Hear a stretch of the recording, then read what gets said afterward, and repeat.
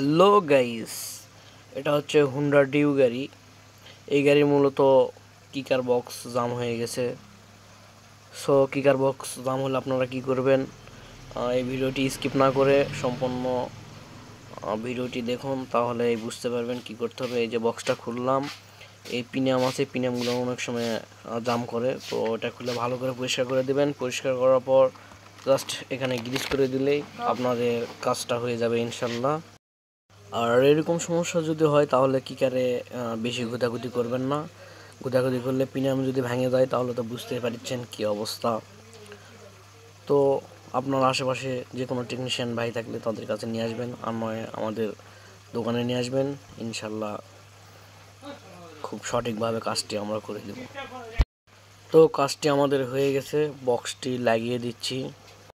So ভিডিওটি কীরকম লাগলো সেটা আমাদেরকে জানাবেন, তাহলে নেক্সটে আরও ভালো ভিডিও আপনাদের দেখানোর জন্য চেষ্টা করব। আর আমাদের পেজে লাইক, কমেন্টস এবং শেয়ার করে সাবস্ক্রাইব করে বেল বাটনটি অন করে দিবেন। এই যে আমাদের কাজটি সম্পূর্ণভাবে হয়ে গেছে। আর এটা আমাদের দোকান, আপনাদের যে কোনো প্রয়োজনে আমাদের সঙ্গে যোগাযোগ করতে পারেন ইনশাল্লাহ।